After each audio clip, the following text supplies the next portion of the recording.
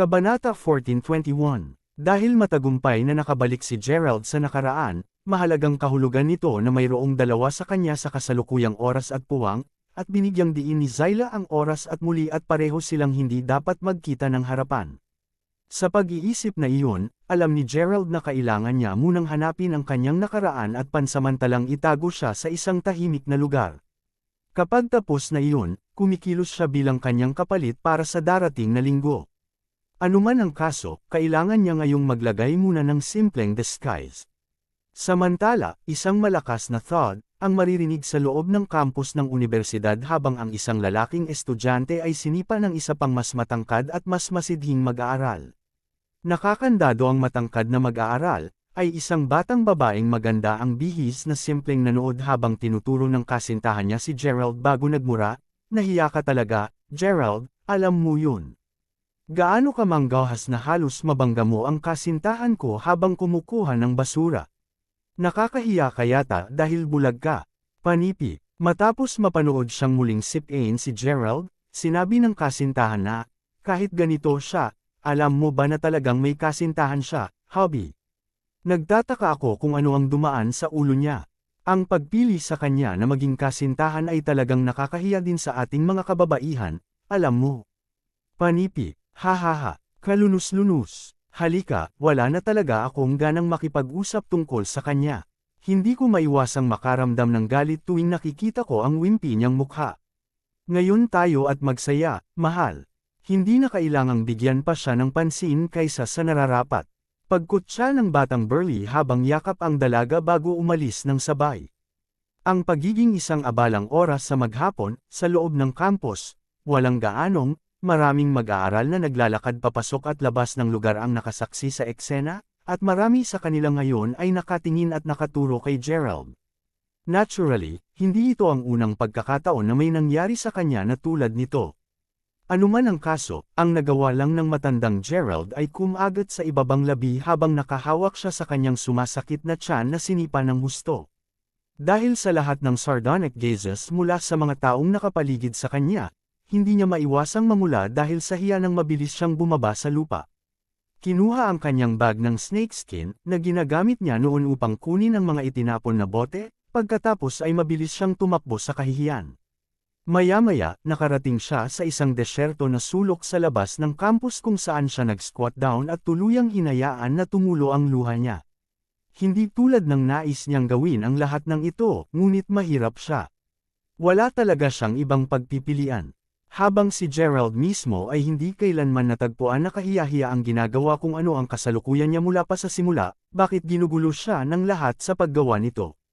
Tulad ng pagninilay-nilay ni Gerald tungkol dito, bigla siyang nakatanggap ng isang text message sa kanyang lumang telepono. Galing ito sa kasintahan niyang si Xavier. "Gerald, matagal ko nang iniisip ito, ngunit bakit hindi kami tumatagal ng pahinga mula sa bawat isa? Huwag kang magkamali, wala akong sinasadya sa ganyan, nais ko lamang na mag-isa sandali upang maiisip ko ang aking hinaharap. Sa nasabing iyon, mangyaring huwag makipag-ugnay sa akin sa ngayon. Kudlit." Bakit? Umiyak si Gerald sa pighati, alam na ito ang hinihiling ni Xavier na makipaghiwalay sa kanya. Labis na nalungkot si Gerald na hindi man lang niya napansin na may isang taong nakasuot ng takip at maskara ang naniniktik sa kanya sa di kalayuan. Ang taong iyon, syempre, ay walang iba kundi ang hinaharap na Gerald. "Kaya't bumalik na ako sa eksaktong oras na. Naghiwalay kami ni Xavier," napaisip si Gerald. Kanina pa niya pinagmamasdan ang kanyang nakaraan mula nang gusto niyang makita kung kailan eksaktong oras na siya ay bumalik. Ngayon na natutukoy iyon, dahan-daang nagsimulang maglakad si Gerald patungo sa kanyang nakaraan. Nang makita siya, ang nakaraan ni Gerald ay agad na kinuha ang kanyang bag ng ahas na may takot na ekspresyon sa kanyang mukha habang sinabi niya, "Ikaw, sa palagay mo ginagawa mo?" Nakasimangot, ang hinaharap na si Gerald pagkatapos ay sumagot, "Bakit ang impyerno pakiramdam ko pinukpok kita ng masama lamang mula sa pagtingin sa kung paano ka kumilos?" Dahil ginamit na ni Gerald ang diskarte sa pagbabago ng boses sa kanyang sarili, ang nakaraan niyang sarili ay tiyak na nakita siya bilang walang iba kundi isang estranghero. Anuman, ang hinaharap na si Gerald ay naiwang walang imik. Kahit na ito ay ang kanyang dating sarili, talagang naramdaman niya na sampilan ang nakaraan sa kanyang mukha. Pagkatapos ng lahat, sa kabila ng pagiging isang pangunahin na mayaman na tagapagmana, siya ay kumikilos tulad ng isang malabo. Ang katotohanan ito lamang ang nagalit kay Gerald ng walang katapusan. Kabanata 14:22. Ano ang isang tunay na kamangha-manghang pakiramdam? Panipi tuldok. Kahit nabugbugin mo ako, mangyaring pakawalan ako kapag tapos ka na. Nakiusap sa nakaraan Gerald. Dahil ang kanyang minamahal na si Xavier ay nakipaghiwalay na sa kanya, talagang parang wala na siyang mawawala. At kahit pag-alitan o bugbugin siya ng iba, hindi ito magkakaroon ng kakayahang labanan o ipagtanggol ang kanyang sarili pa rin. Sa pamamagitan ng Diyos, ungol sa hinaharap na Gerald, hindi makapaniwala sa kanyang dating sarili. Sa isang kilusan ng likido, pagkatapos ay sinundot ni Gerald ang kanyang dating acupuncture point upang siya ay tumahimik. Oo naman, ang kanyang nakaraan na sarili ay agad na walang malay pagkatapos nito. Ikaw ay sasailalim sa isang kumpletong pagbabago ng kapalaran sa lalong madaling panahon. Kaibigan, sana ay hindi mo ipagpatuloy ang pagiging isang walang kwentang wimp tulad ng ako ay tama pagkatapos ng aking pagbabago. Lalaki ka diba? Simulan ang pag-arte tulad ng isa. Ungol ni Gerald sa sarili habang binubuhat ang kanyang dating sarili, isang malaswang ngiti sa kanyang mukha. Ang plano ay upang maitago niya ng maayos ang kanyang nakaraan, at sa oras na magawa niya, buburahin niya ang nakaraang alaala ni Gerald tungkol sa insidente upang maipagpatuloy niya ang kanyang buhay makalipas ang isang linggo. Kapag tapos na iyon, ang hinaharap na si Gerald ay magkakaroon kahit isang problema na hindi na niya dapat alalahanin pa. Halos kalahating oras na ang lumipas ng matagumpay na muling lumitaw ang hinaharap na si Gerald. Sa pagkakataong ito ay ipinagpalit niya ang mga damit sa kanyang nakaraan at hindi na siya nakahawak sa bag ng snakeskin. Naglalakad sa mga kalye ng kanyang dating campus, hindi mapigilan ni Gerald na makaramdam ng nostalgia. Ngayon hindi ba magiging mahusay kung siya ay manatili lamang dito? Hanggat kaya niya ito, hindi na niya nais na maging isang mayamang tagapagmana pa. Hindi nagtagal bago dumating si Gerald sa milk tea shop. Siya ay may mga kamangha-manghang alaala ng lugar na ito. Kung sabagay, ito ay kung paano niya una nakilala si Mila noon.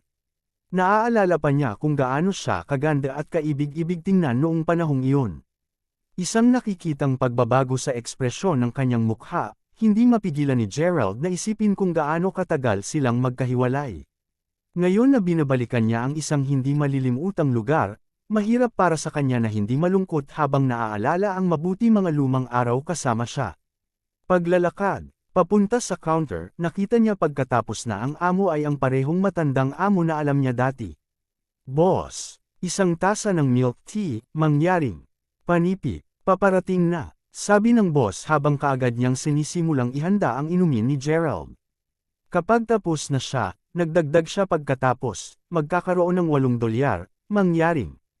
Pagkuha ng isang perang papel mula sa kanyang bulsa, saka iniabot ni Gerald sa boss bago sumagot, salamat. Sa iyo na ang sukli. Kanina pa lang siya aalis kasama ang kanyang inumin, narinig ni Gerald ang sigaw ng boss, hold it.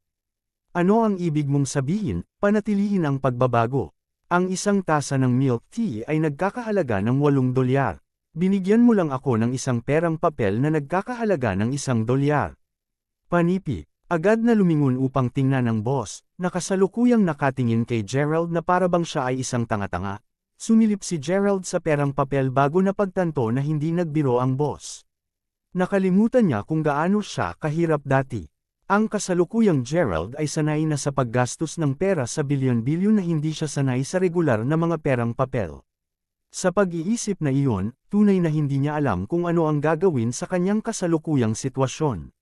Dahil wala siyang ibang bagay sa loob ng kanyang pitaka, mabilis niyang napagtanto na mayroon lamang siyang $1 bilang kanyang natitipid.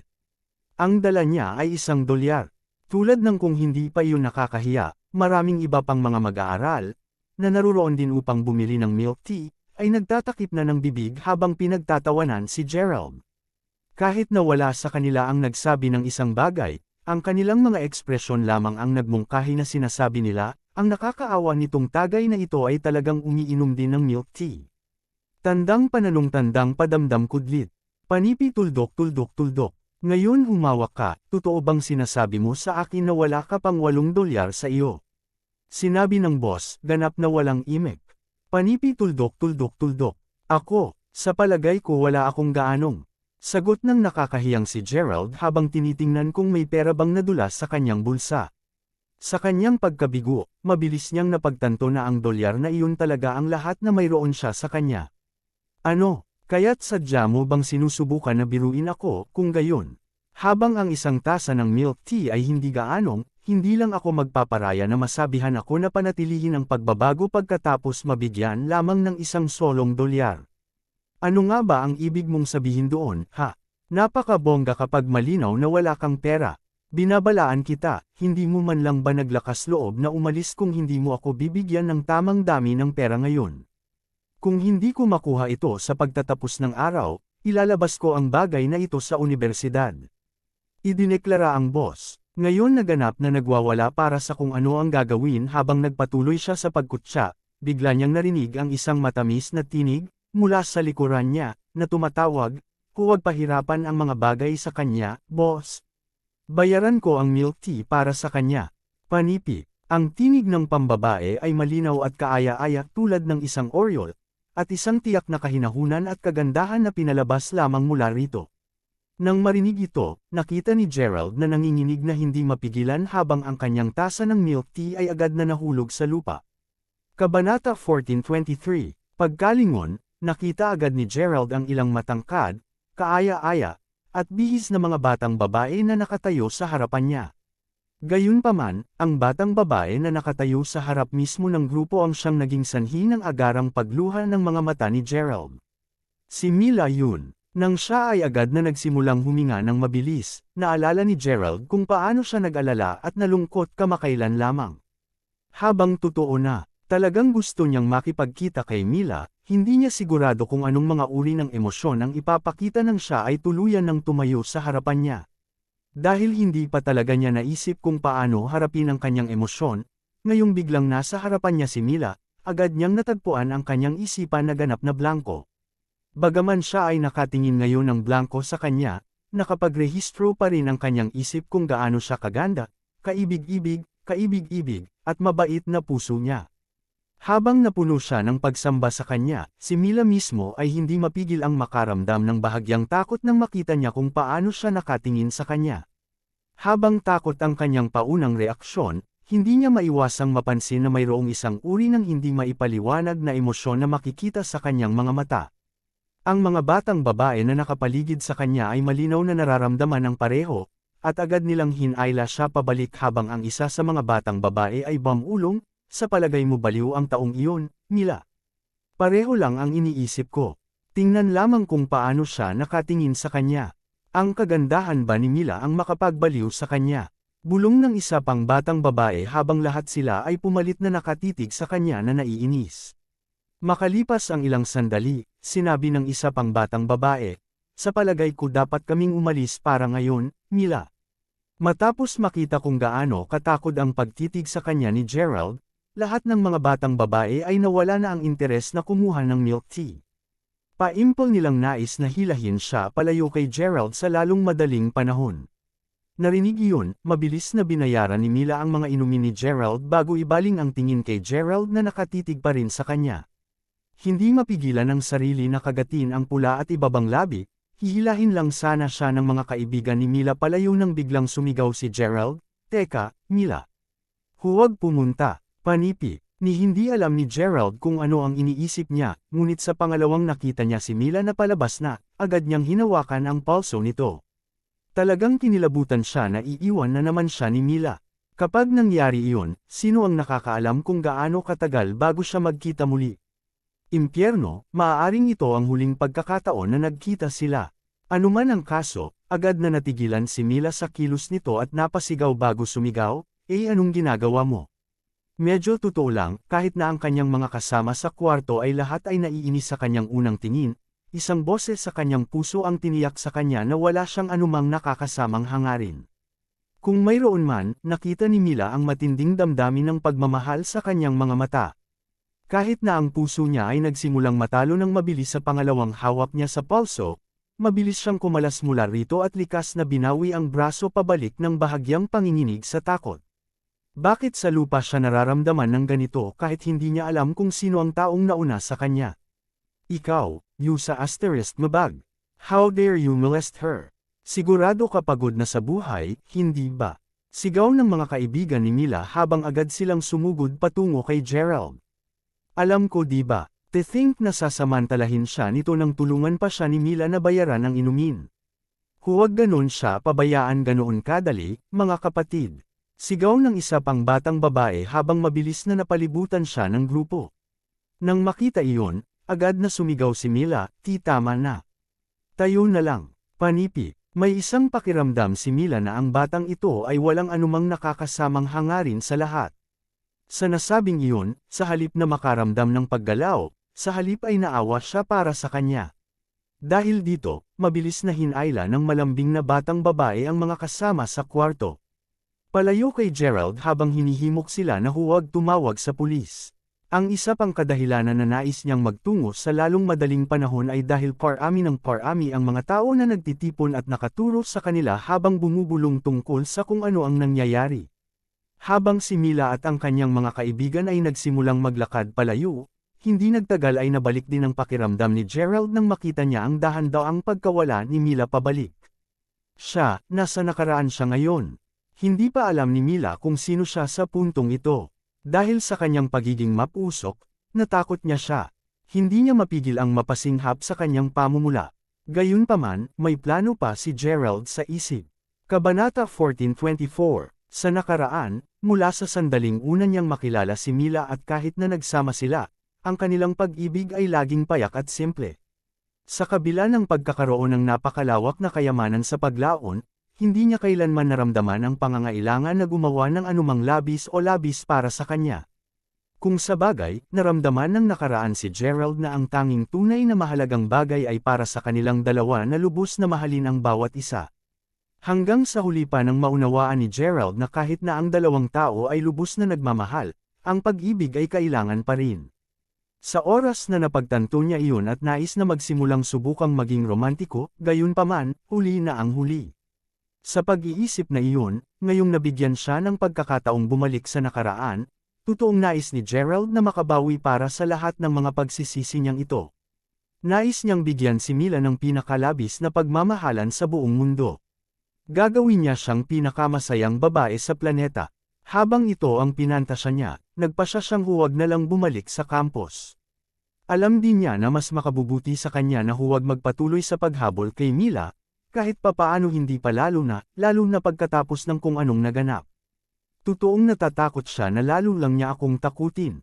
Bukod, mayroon pa siyang iba pang mga mahahalagang bagay na dapat puntahan, at iyon ay upang magtungo sa Mountaintop Villa. Sa puntong ito, ang villa ay dapat na naitayo, kahit na marahil ay hindi pa nasusubasta. Sa pag-iisip na iyon, ang dapat lamang gawin ni Gerald ngayon ay makipag-ugnay kay Zack at bilhin ang villa. Kasunod nito, tuturuan niya si Zack na magsimulang mamuhunan sa lakas tao upang mahukay ang circumcise. Naisip ni Gerald na ang isang maliit na halaga ng tauhan ay hindi magagawa kung nais niyang maghukay sa mountaintop sa loob ng 7 araw, kaya handa siyang lumaki.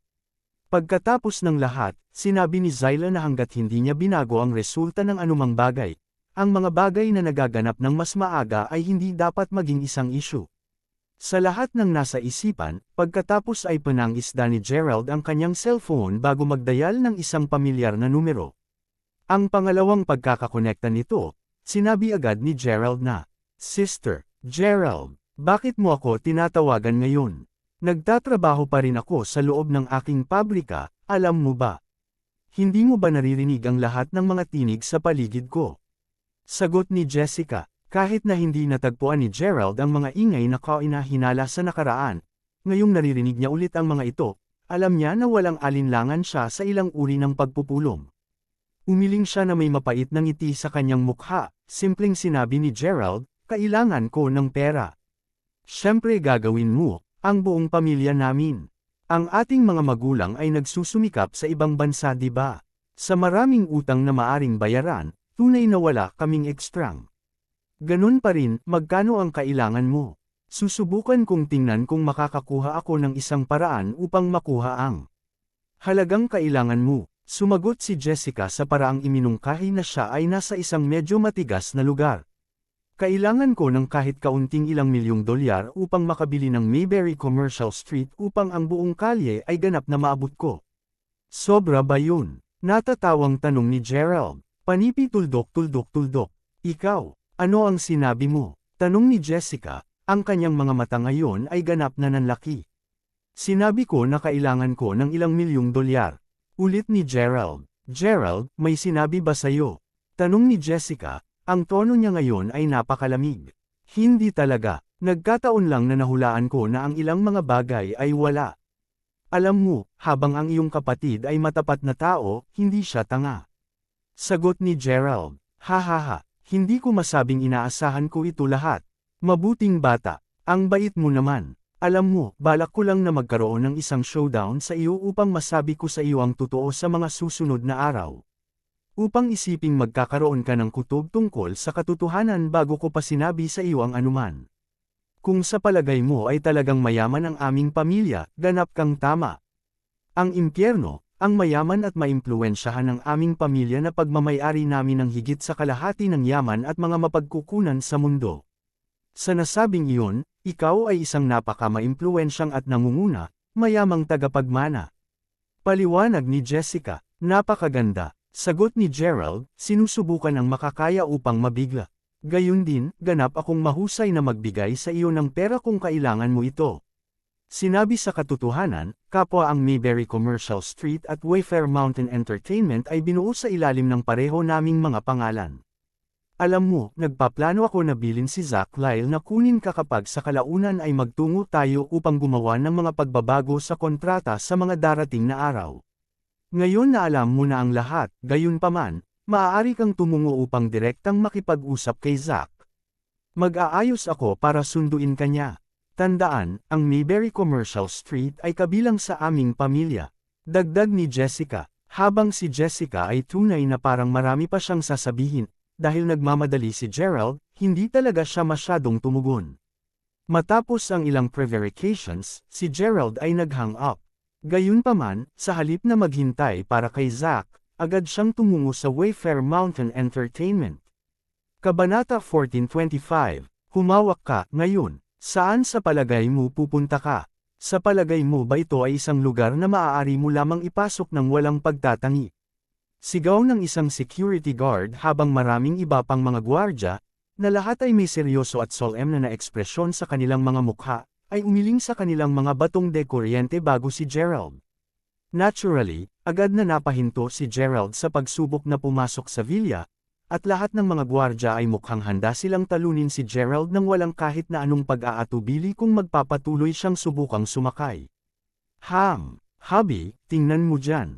Ang taong mapusok na iyon ay sumusubok na ipasok ang isang prestihiyosong lugar tulad ng Wayfair Mountain Entertainment. Dapat talagang tingnan niya muna ang sarili niya bago subukan ang ganoong bagay. Kinutya ang isang babae na nakabraso ang mga braso kasama ang asawa ng asawa. Pareho silang nagbabahagi ng pantay na nakakatawang ekspresyon sa kanilang mga mukha habang nakatingin sa kanya. Habang narinig niya iyon, talagang hindi mapakali sa kanila si Gerald. Alinmang paraan, malamang tungkol sa oras para sa Zach na magtakda upang salubungin siya ngayon. Hindi sa anumang partikular na pagmamadali, simpleng umatras lang si Gerald bago tahimik na naghintay. Pinatanggal ang tingin niya kay Gerald, pagkatapos ay tiningnan niya ang asawa bago magreklamo, anuman. Tunay bang maaasahan ang pinsan mo? Dapat mong malaman na hindi madaling maglakad sa paligid ng buong paligid ng Wayfair Mountain Entertainment. Nagawa ko lang kaming mapunta dito dahil sa maraming koneksyon at relasyon ng aking ama, alam mo. Sa nasabing iyon, upang isipin na talagang sinasamantala niya ito upang kunin ang mga batang babae, kahit na hindi pa siya gaanong narating dito. Panipi, sa gayon, dahil sinabi mo sa akin na ang biyenan ay nagagamit ang kanyang mga koneksyon upang ipaalam sa amin na magkaroon ng kasiyahan sa Wayfair Mountain Entertainment pa rin, naisip kong magiging mabuti na hayaan mo siyang lumapit mula nang ibalita niya sa akin ang bagay. Kahapon hindi ako magiging maganda kung tatanggihan ko ang kanyang hiling. Tama. Suyo ang asawa ng babae. Alam na sinusubukan lamang nilang ipakita ang kanilang relasyon at mga koneksyon, nagpatuloy lang si Gerald sa paghihintay sa gilid para lumapit si Zack, ganap na walang interes sa patuloy na pakikinig sa kanilang pag-uusap. Hindi nagtagal bago magturo ang lalaki sa papalapit na kotse habang sumisigaw, narito na siya. Sa sandaling iyon, isang puting BMW ang makikita na papalapit sa pasukan. Tulad ng kung ito ay hindi sapat na nakakakuha ng mata, ang driver ay patuloy na binubusi na ang sungay ng kotse, halos parang natatakot siyang hindi mapansin ng mga tao ang kotse. Maya-maya, ang mararangyang sasakyan ay napahinto. Paumanhin na pinaghintay kita, pinsan at hipag. Sinabi ng isang binata na nakasuot ng isang pares ng salaming pang-araw, habang palabas siya ng sasakyan. Sa itsura nito, siya ay isang mag-aaral, at pagkatapos ng isang hakbang, tinanggal niya ang kanyang salaming pang-araw at inilagay ito sa kanyang bulsa sa harap ng call. Kasunod nito, dalawang iba pang mga lalaki at isang babae ang lumabas din sa kotse. Habang ang isa sa mga lalaki ay ang buhok ay tinina kulay ginto, ang batang babae mismo ay parehong payat at matangkad, ang kanyang magandang mukha ay bahagyang namula dahil sa kanyang pagkamahiyain. Anuman, nang ang apat sa kanila ay nagsimulang maglakad patungo sa pasukan, ang hipag ay nanunuya sa isang malamig na tinig, medyo huli na, hindi ba tayo? Oh, at sino ito? Panipi, kapatid na babae, makilala ang aking bagong kasintahan, Xavier. Xavier, ito ang pinsan at hipag na pinagsasabi ko sa iyo. Hey, ang aking hipag ay labis na mayaman, alam mo. Matapos makasama ng mas maaga ngayong araw, inimbitahan kami ng aking hipag na maglibang sa Wayfair Mountain Entertainment, alam mo. Ipinakilala ang binata na tila pinuno ng pangkat. Habang hindi pa napapansin ni Gerald noong una, matapos marinig ang pamilyar na boses at pangalan na iyon, hindi niya maiwasang makaramdam ng bahagyang paggulat. Paglingon sa grupo ng mga tao, natagpuan ni Gerald na medyo nagulat. Tunay na naging kasintahan niya hindi, ang dati niyang kasintahan, si Xavier. Kung ano ang isang pagkakataon para sa kanya na talagang masagasaan siya dito. Tulad ng para sa tatlong mga lalaki, sila ay walang iba kundi si Yuri, Danny, at Blondie.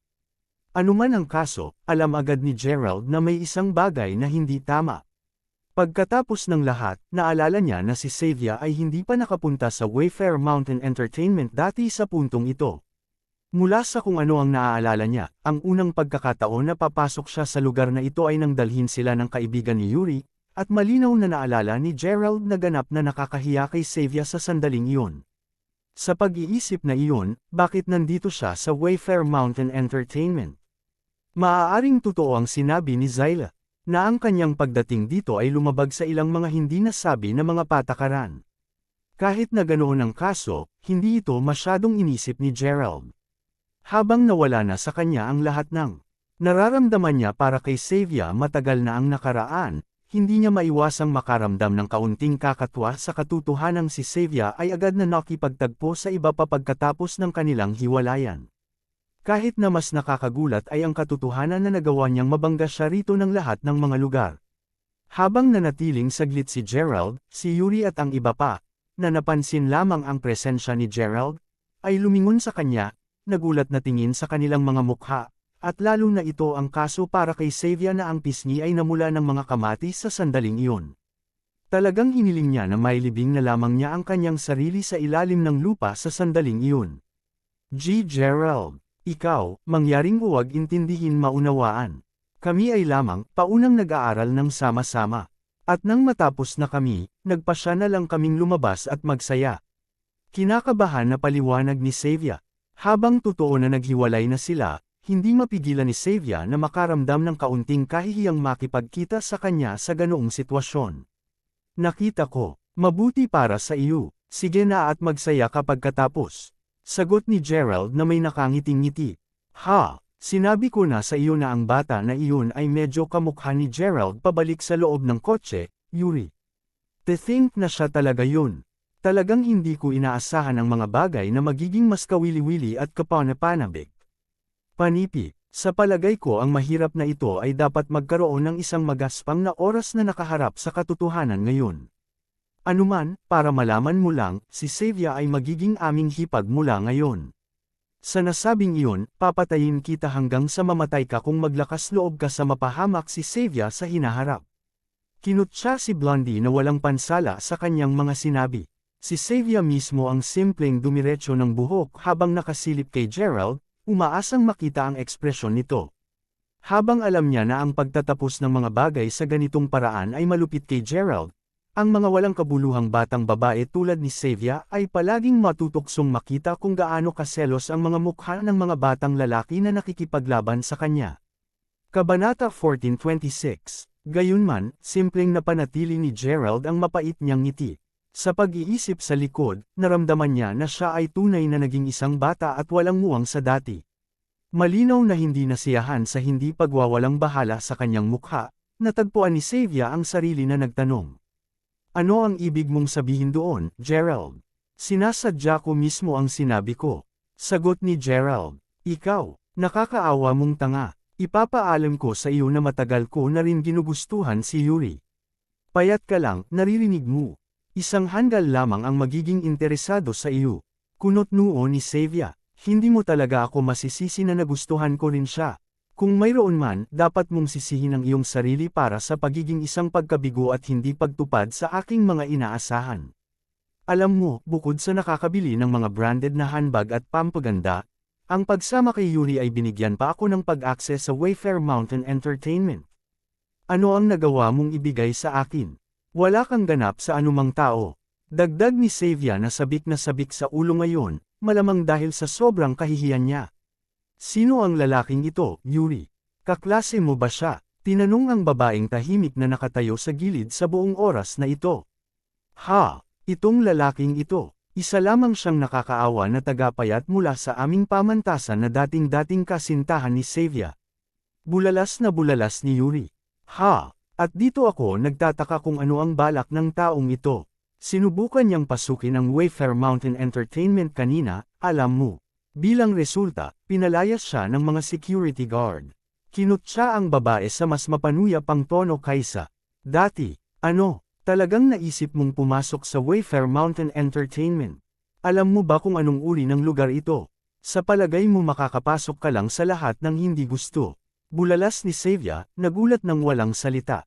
Hindi mahalaga kung paano niya ito tignan, maramdaman lang ni Xavier na wala si Gerald kundi isang tulala ngayon. Paano siya nagkaroon ng interes sa kanya sa una? O sige, sapat na iyan. Huwag nating ipagpatuloy ang pag-aaksaya ng ating oras sa pag-spout ng kalokohan sa kanya. Medyo huli na ang gabi, kaya magtungo tayo at magsaya, Yuri at Xavier. Sabi ng babae. Sa katunayan, tumungo na tayo ngayon, Xavier. Dagdag ni Yuri habang inilagay ang braso sa balikat nito, na parang sinusubukan niyang magyabang. Gayunpaman, bago sila makapasok, agad silang pinahinto ng mga security guard habang sinabi ng isa sa kanila, humihingi kayo ng paumanhin, ngunit nakatanggap lamang kami ng isang abiso na nagsasaad na ang Wayfair Mountain Entertainment ay sarado para sa araw na iyon. Sa madaling salita, walang pinapayagang pumasok. Panipi, ano, ngunit bumili kami ng mga tiket sa pagpasok. Sagot ng tuliro na babae. Ang anumang mga tiket sa pagpasok ay hindi wasto mula sa sandaling ito pataas. Kung mayroon kang anumang pagtutol, pagkatapos ay mag-file ng isang reklamo. Malamig na sagot ng gwardya. Narinig iyon, agad na nag-alala ang babae. Kung sinasabi iyon ng mga tanod, dapat totoo ito. Kahit na siya ay nasisiyahan, hindi siya naglalakas loob na subukan ang anumang nakakatawa. Makalipas ang isang maikling sandali, ang babae noon, sa halip ay hindi nais ay nagtanong, maaari ko bang tanungin kung bakit? Dahil si G. Crawford, ang boss ng Mayberry Commercial Group, ay darating ngayon.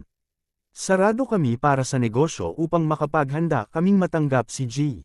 Crawford. Sagot ng gwardya. Ano, G. Crawford, ang boss ng Mayberry Commercial Group. Bulalas ng babae, habang matapat niyang hindi alam kung sino si G. Crawford, alam na alam niya kung ano ang Mayberry Commercial Group. Kung sa bagay, ang kabuuan ng Mayberry Commercial Street, na kinabibilangan ng Wayfair Mountain Entertainment, ay pagmamay-ari ng Mayberry Commercial Group. Sa pag-iisip na iyon, gaano kayaman at makapangyarihang maaaring ang boss ng pangkat ay. Kahit na sina Yuri at Xavier ay alam ang tungkol sa lakas na taglay ng Mayberry Commercial Group, kaya't pareho silang naramdaman na nagbubugbog. Lumayo ka na, dahil ang lahat ng mga senior executive ng aming grupo ay nagpapakita ng kanilang sarili ngayon, naniniwala ako na si G. Crawford ay papunta na dito. Bilin ng security guard. Nang makita ang napakaraming matataas na senior executive na nagmamadali palabas ng villa, siya at ang iba pang mga gwardya ay hindi mapigil ang makaramdam ng labis na kaba, kaya't hinihimok nila ngayon ang grupo na umalis. Naturally, agad na nagmadali si Xavier at ang iba pa sa gilid nang marinig nila ito. Gayunpaman, nanatiling nakatayo si Gerald sa pasukan ng hindi gumagalaw ng 1 pulgada. Nang makita iyon, galit na sumigaw ang gwardya, "Ang bata mo! Hindi mo ba narinig ang sinabi ko? Lumayo ka na sa daan." Panipi. F** at Sting Hell. Nababaliw na ba siya? Ungol pareho sina Yuri at Danny na mapanghamak. Ang lokohang iyon. Talagang hindi ako nakaimik. Dagdag ni Xavier sa isang malamig na tono habang nakabraso siya. Nang makita ng gwardya na pipiliin pa ni Gerald na huwag pansinin ang kanyang utos, agad niyang binuhat ang kanyang batuta at sinubukang hampasin si Gerald habang sumisigaw, "Nililigawan mo ang kamatayan, hindi ba?" Bilang tugon, itinuro lamang ni Gerald ang isang daliri sa gwardya. Tuldok tuldok tuldok. Pagpapadala ng batong lumilipad mula sa kamay ng gwardya. Ang gwardya mismo ay natagpuan ang kanyang sarili na nahuhulog sa kanyang likuran at gumulong paatros sandali. Sa oras na siya ay bumangon muli, mayroon siyang kinikilabutan na ekspresyon sa mukha habang nakatingin kay Gerald.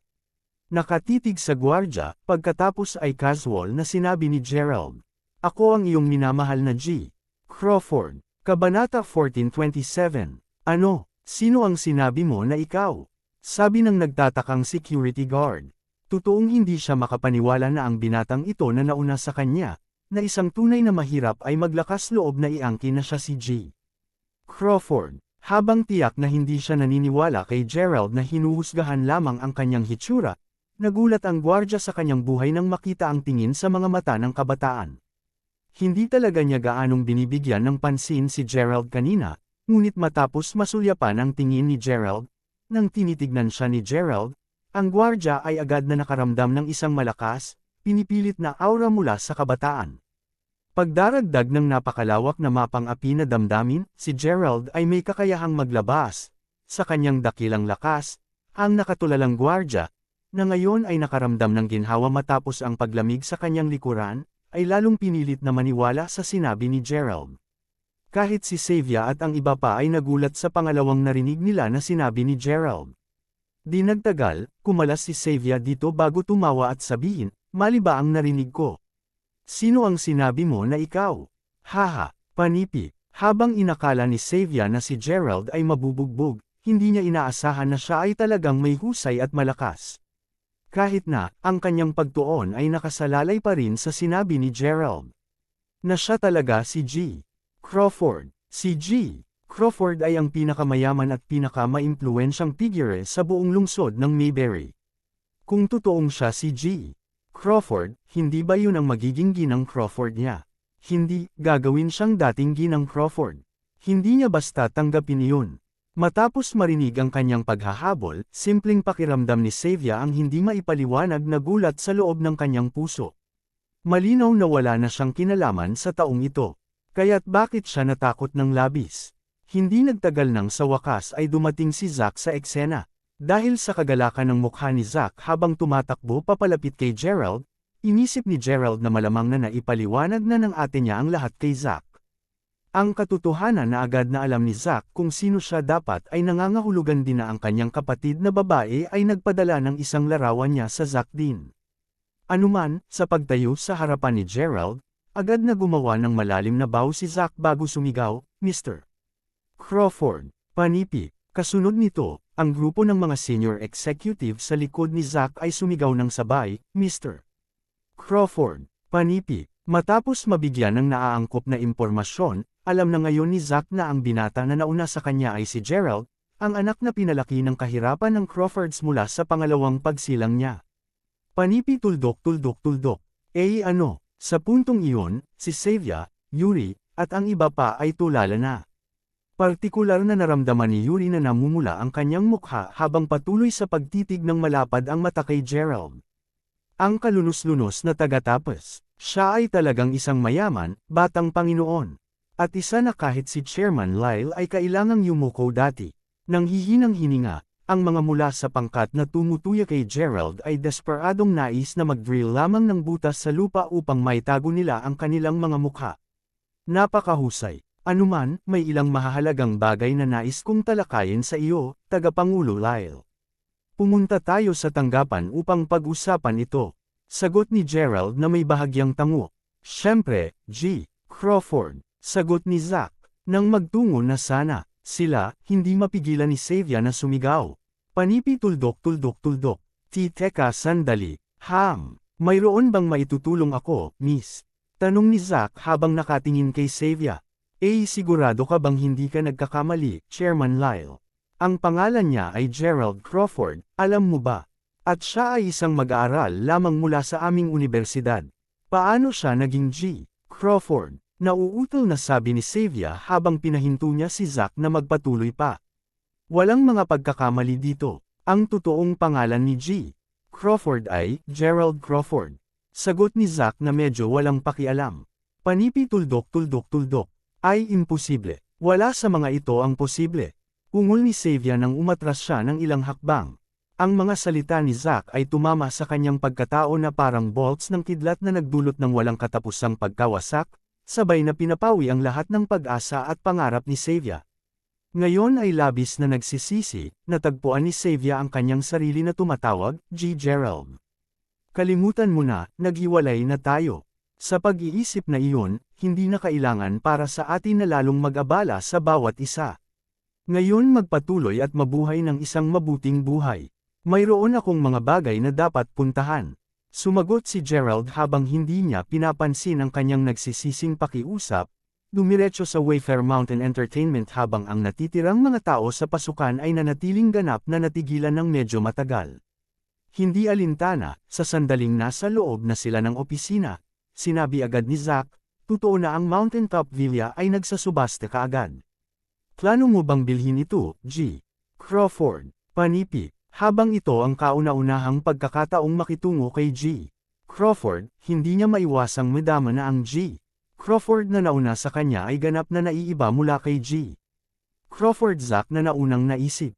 Kabanata 1428, nauna nang naisip ni Zack na kahit na napag-alaman ni Gerald ang tungkol sa kanyang totoong pagkakakilanlan, kakailanganin pa rin ng mahabang panahon para makumplito niya ang paglipat. Pagkatapos ng lahat, si G. Crawford ay lumaki sa kahirapan habang siya ay nabubuhay. Sa pag-iisip na iyon, inihanda ni Zack ang kanyang sarili na salubungin ng medyo napahiya, at matapat na si G. Crawford. Ngayon na si Gerald ay nasa harapan niya, gayunpaman, hindi niya maaaring asahan na siya ay isang taong napakahimok at matapang. Ano pa, si Gerald ay may isang malakas na pagpindot sa aura na pumapalibot sa kanya sa lahat ng oras. Habang hindi ito naglalayong partikular sa sinuman, sapat na ito upang iparamdam sa mga nakapaligid kay Gerald na mahirap itong huminga. Bingo! Gayon din, hindi ko lang nais na bilhin mo ito para sa akin, ngunit kailangan din kita upang kumuha ng isang koponan sa engineering upang simulang maghukay sa mountaintop. Kaagad sabihin lamang na mayroong isang napakalaking malaking bato sa loob na labis na kapaki-pakinabang sa akin. Anuman, magkakaroon ka ng 6 na araw upang makumplito ang iyong gawain. Mayroon bang iba pang nais mong itanong? Bilin ni Gerald. Panipi tuldok. Hindi talaga. Matatapos ko kaagad. Sagot ni Zack. Kahit na sa una ay naisip niya na tanungin si Gerald tungkol sa kanyang motibo, mabilis niyang binawi ang kanyang mga salita bago nila maiwan ang kanyang bibig. Sa pagtatapos ng araw, si Zack ay isang bihasang lalaki na alam kung ano ang dapat niyang tanungin at kung ano ang hindi dapat. Ngayon na nagawa ni Gerald ang lahat ng naaangkop na pag-aayos, kailangan lang ni Gerald na maghintay para sa mga susunod na araw. Sa pagkuha ngayon ni Gerald ng kaunting libreng oras hanggang doon, natagpuan niya ang kanyang sarili na iniisip na hindi siya magkakaroon ng isa pang pagbaril sa paglalakbay sa nakaraan kapag natapos na ang lahat. Sa pag-iisip na iyon, nais niyang samantalahin ang pagkakataong ito. upang makabawi sa lahat ng mga panghihinayang na mayroon si Mila sa buong panahon na kasama niya. Kahit na patuloy na sinabi ni Gerald kay Mila na gagawin niyang pinakamasayang babae sa buong mundo sa sandaling ikakasal sila, hindi niya talaga nagawa iyon. Kung sa bagay, nawala na siya bago pa niya mabigyan ng maayos ang anumang bagay. Dahil dito, hindi na alintana ni Gerald kung pareho silang hindi pa mag-asawa sa puntong ito sa oras. Mag-asawa o hindi, sisiguraduhin niya na pinaramdam niya sa kanya ang labis na kasiyahan at kaligayahan sa kanilang 6 na maikling araw na magkasama. Sa pag-iisip na iyon, bumalik si Gerald sa milk tea shop sa campus bago mag-order, "Boss, gusto ko ng isang tasa ng milk tea." "Ikaw, wala ka pa ring sapat. Mayroon ka bang pera para dito? Sinusubukan mo akong bigyan ng mas maraming problema." Ungol ng bahagyang nag-aalala, boss. Narinig iyon, simpleng panangisda ni Gerald ang $100 na perang papel bago ilagay ito sa harap ng boss. "Sa iyo na ang sukli."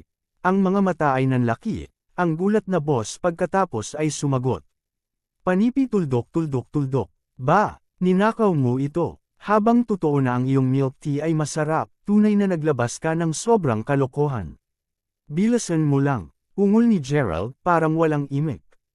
Tama. Papunta ka agad." Inanunsyo ang boss na nagpapasya na huwag nang magtanong pa sa mga bagay. Matapos maabot ang kanyang milk tea, hinawakan ni Gerald ang tasa bago maglakad patungo sa Department of Broadcasting and Hosting. Sa panahong iyon, mayroong isang lalaking guro na nagtuturo sa silid-aralan ni Mila. Nang biglang itulak ang pinto ng silid-aralan, lahat ng tao sa loob ay hindi mapigil ang lumingon kung sino ito. Nang mapagtanto na si Gerald iyon, ng lahat ng mga tao, na may isang tasa ng gatas na gatas, ang lahat ay agad na natigilan. Kung tutuusin, si Gerald ay sikat sa mga nasa unibersidad dahil sa pagiging nakakaawa at walang pera. Bakit siya napunta sa Department of Broadcasting and Hosting? "Tease, Mila, tingnan mo dyan, siya yun." Panipi, si Mila mismo ay nakakakuha pa rin ng mga tala sa sandaling iyon, ngunit pagkatapos na manage ng kanyang kaibigan, agad niyang nakita kung ano ang nangyayari. Nang maramdaman niya ang kanyang magandang mukha na medyo namula, tinanggal ng guro ang kanyang baso bago malamig na nagtanong. "At ano nga ba ang ginagawa mo, batang lalaki? Bakit ka pumasok sa klase namin?" Panipi, pagpili na huwag pansinin lamang siya, pagkatapos ay isinasok ni Gerald ang isang kamay sa kanyang bulsa bago dahan-daw ang lumakad patungo kay Mila. At inilagay sa harap niya ang tasa ng milk tea. "Utang ko sa iyo ang isang tasa ng milk tea, kaya ibabalik ko ito sa iyo ngayon." Narinig iyon, ang mga alulong at hingal ng sorpresa ay nagsimulang magmula sa natitirang mga kamag-aral ni Mila. Talagang sinusubukan ba ng tagapayat na makuha ang kagandahan? Nadama ng lahat na ang dramatikong eksena na naglalahad bago ang kanilang mga mata ay simpleng hindi totoo. Hindi na kailangang ibalik ito sa akin." "Anuman, dapat kang magmadali at umalis muna." Sagot ni Mila na naabutan ng todo ang lahat ng ito. Nang makita siya na natulala, ang natitirang mga lalaki na mag-aaral sa kanyang klase ay agad na binaril ng maruming tingin kay Gerald. "Nako, ngunit bago ko gawin, alamin na may utang pa rin ako sa iyo ng 2 pang bagay. Habang hindi ko alam kung kailan ko maibabalik ang mga ito sa iyo, sa huli ay matutupad ko ang parehong mga hiniling." Idineklara ni Gerald sa isang seryosong tono. Ano pang 2 bagay?" Maamong tanong ni Mila. "Una, may utang ako sa iyo. Pangalawa, puso ko." Panipi, Kabanata 14:29. Sa oras na natapos na si Gerald sa pagsasalita, lahat ay tulala na. Hindi alintana kung ito ay dahil sa kung gaano karomantiko ang kanyang mga sinabi o iba pa, ang tanawin ay sapat na upang maging sanhi ng isang malaking kaguluhan sa mga kamag-aral ni Mila. Ang ilang mga tao ay kahit na snap larawan ng eksena sa kanilang mga cellphone. Habang lumalaki ang mukha ni Mila na pinakamula sa dati, si Gerald, natapos ng magsalita, ay simpleng lumingon at umalis sa silid-aralan. Nakatitig sa likuran ni Gerald, naramdaman ni Mila ang hindi maipaliwanag na damdaming bumubuhay sa kanyang loob. Saan nanggaling ang mga damdaming ito? Naturally, ang insidente ay mabilis na naging sikat sa loob ng unibersidad, natapos ang pangalawang klase ni Mila. Pagkatapos ng lahat, ang isang eksena kung saan ang isang kalunos-lunos na tagumpay ay nagtangka na ituloy ang isang diyosa ay isang bagay na karaniwang makikita lamang ng isang tao sa mga pelikula. Anuman, ang paglipat ni Gerald ay nagpalakas ng lakas ng loob ng lahat ng mga mahiyain na batang lalaki na dati ay hindi naglakas loob na tanungin si Mila. Dahil dito, marami sa kanila ngayon ang nakatayo sa linya upang magbigay ng mga sulat ng pag-ibig sa kanya. Alam na hindi na talaga siya maaaring manatili sa kanyang silid-aralan, nagpasya si Mila na lumabas kasama ang kanyang mga malalapit na kaibigan. Bago pa sila makaalis, gayunpaman, may narinig silang isang medyo magandang batang babae mula sa kanyang klase, na kasalukuyang nakatingin kay Mila sa hindi nasiyahan, ungol, "Ha? Ano ang galing mo, Mila Smith?" Ang mga batang lalaki ay dapat talagang maging bulag para sila ay tretuhin katulad ng isang uri ng diyosa. Panipi, ang batang babae mismo ay nagpunta sa pangalang Mallory Zenecas, at siya ay naging tanyag sa loob ng kagawaran ng broadcasting at hosting. Naturally, mas sikat ang isang batang babae, mas malaki ang kanyang panibugho kapag ang pansin ay inilayo mula sa kanya. Ngayon na ang lahat ng mga mata ay nakatingin kay Mila, hindi sorpresa para sa kanya na maramdaman ito na hindi nasisiyahan at hindi nasisiyahan. At ano ang masama sa pakikitungo sa kanya ng mga batang lalaki tulad ng isang diyosa, Mallory? Ilan sa mga lalaki ang nagkakagusto sa iyo? Kinut siya ang isa sa mabuting kaibigan ni Mila. Dahil palaging masama si Mallory kay Mila, marami sa mga malalapit na kaibigan ni Mila ang may masamang relasyon sa kanya. Boys, ha, sasabihin ko ito ngayon na maraming paraan ang mga taong kasalukuyang sumusunod sa akin, at lahat sila ay mga anak ng napakayaman at makapangyarihang lalaki. Sa palagay mo ako ba ay tulad ni Mila? Ang isang tao na kahit na isang kalunos-lunos na nagkukulang maglakas loob na ituloy. Hindi ko binibigyan ng ad-asterisk man tungkol sa anuman sa lahat. Idineklarang Mallory, nagseselos ka lang dahil lahat ng pinag-uusapan tungkol kay Mila kaysa sa iyo ngayon, hindi ba, Mallory? Aminin mo na lang yan. Mayroon bang pangangailangan na kumilos ng ganito? Ganti ng isa pang kaibigan ni Mila. Si Mila ang pangunahing paksa ng pag-uusap, sasabihin mo. Kaya, payagan akong ipaalala sa iyo na ang ika-50 taong pagdiriwang ng unibersidad ay nasa 3 araw na. Sigurado akong lahat na may kamalayan na ako ang pangunahing MC ng pangkat. Oh, at kumusta naman si Mila? Isa lamang siyang kapalit na MC. Sa nasabing iyon, sigurado akong ang bawat isa sa wakas ay makakaiba sa pagitan ng pangunahing tauhan at ng sisiw na sisiw mula sa isang simpleng sulyap lamang sa kaganapan. Hinti lang kayo, panipi. Bago pa makapag-away ang mga batang babae, mabilis na hinayla ni Mila ang kanyang mga kapatid palabas ng silid-aralan upang umalis. Hindi lamang siya mapigilan na sayangin ang kanyang oras sa pagtatalo tungkol sa isang bagay na walang gaanong halaga. Sinulyapan ang likod ni Mila ng mabangis na mga mata, pagkatapos ay sumigaw siya. Maghintay ka lamang at makita, Mila Smith. Kasunod nito, punangisda niya ang kanyang telepono bago hanapin ang contact number na naisave sa ilalim ng pangalang, A Godfather. Tuldok tuldok tuldok.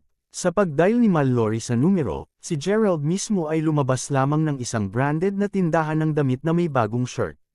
Nagpunta siya kaagad doon pagkatapos na umalis sa kagawaran ng broadcasting at hosting, at tinitiyak niya na walang sinuman ang magpapatuloy na mag-refer sa kanya bilang isang nakakaawa na whopper ngayon mula ngayon. Anuman, si Gerald ay nakaramdam ng labis na kasiyahan at kagalakan mula noong sa wakas ay nakasama niya ulit si Mila pagkatapos ng mahabang panahon. Gayunpaman, ang pagsailalim sa bautismo ng langit ay nanatiling kanyang pangunahing prioridad. Sa nasabing iyon, bukod sa lihim na pagtingin kay Mila nang wala siyang ibang magawa, ginugol ni Gerald ang karamihan sa kanyang oras sa paghihintay sa mountaintop villa. Habang ang kanyang biglaang pagbabago ay walang alinlangan na isang malaking pagkabigla para sa lahat ng kanyang mga kaklase, hindi na sila mahalaga sa kanyang paningin. Pagkatapos ng lahat, nagkaroon na siya ng isang showdown at ang kanyang pagkakakilanlan bilang isang top-notch rich heir ay inilantad ngayon. Sa mismong iyon, naging sanhi ng isang malaking sensasyon sa mga nasa unibersidad, at hindi mabilang na magagandang batang babae ang agad na damapo sa paligid niya. Siyempre, tiniyak ni Gerald na tactical na tatanggihan silang lahat. Habang maayos ang lahat, patuloy na pinapaalalahanan ni Gerald ang kanyang sarili na manatiling alerto. Sinigurado din niyang panatilihin ang isang semi-mapagbantay na estado, kahit na habang nagpapahinga ng gabi sa kanyang dormitoryo. Sa huli, nagpapasalamat siya sa ginawa niya. Totoo sa mga sinabi ni Pedro, malinaw na nadarama ni Gerald ang pagkakaroon ng isang tao na nanuniktik sa kanya. Kabanata 14:30. Sa katunayan, ang taong iyon ay tila hindi manlilibak kay Gerald mula sa malayong lugar na iyon. Habang lihim lamang niyang lalapitan si Gerald ng ilang oras sa araw bago ito, matapos na isiwalat ni Gerald ang kanyang totoong pagkakakilanlan, mga 3 araw na ang nakalilipas na laman ni Gerald na ang taong ngayon ay mas madalas na binabantayan siya. Kasalukuyang naglalakad sa campus, pinapagana ni Gerald ang kanyang banal na pandama upang makita kung muli niyang maramdaman ang pagkakaroon ng tao. At sigurado nga, mabilis niyang napagtanto na may 2 tao na malapit na siyang gulong sa kanya, na ang una ay misteryosong stalker at ang pangalawa ay si Pedro. Maaari bang ang aking Deller Foundation ay tunay na napahamak ng taong iyon? Kung nagkaroon kami ng isang malapit na relasyon, pagkatapos ay tunay na magkakaroon ako ng isang napakalapit na ugnayan sa taong iyon. Napaisip si Gerald sa sarili. Gayunpaman, sino ang pagkakakilanlan ng kanyang stalker? Kung totoong nais ni Gerald na malaman ang tungkol dito, ngayon ay magiging kanyang perpektong pagkakataon na gawin ito. Kahit na, bahagyang nag-alala si Gerald na hindi pa siya magiging tugma sa stalker sa kanyang lakas ngayon. Inaasahan ko lang na susundan mo pa rin ako kapag ginaisan ko ang aking Deller Foundation. Kung ganoon ang kaso, kung gayon tiyak na malalaman ko kung sino ka talaga. Anuman, ito ay anibersaryo ng unibersidad ngayon, at naalala ni Gerald na si Mila ay isa sa mga MC sa pagdiriwang noon. Naalala rin niya na sa puntong iyon ng oras, ang nakaraan Gerald ay naiisip lamang si Mila bilang isang napakagandang batang babae. Hindi niya maaasahan ang matandang siya na sa huli ay magiging kasintahan niya si Mila. Naiiling ang mga saloobin, pagkatapos ay nagsimulang maglakad si Gerald patungo sa lugar ng pagdiriwang ng unibersidad na masikip na sa mga tao noong panahong iyon. Ang mga miyembro ng koponan ng pag-aayos mismo ay labis ding abala. Sa sandaling iyon, isang direktor na nasa edad na ang tumawag kay Mila, na naging abala sa pagmemorya ng kanyang script, sa gilid bago sabihin, Mila. May importanteng sasabihin ako sa iyo. Panipi. Oo, Direktor Yacarino. Tak ang tanong ni Mila. Natatakot ako na hindi ka makakaakyat ngayon sa entablado. Sagot ng direktor. Bakit naman? Tanong ni Mila na hindi mapigil ang makaramdam ng bahagyang pagtataka.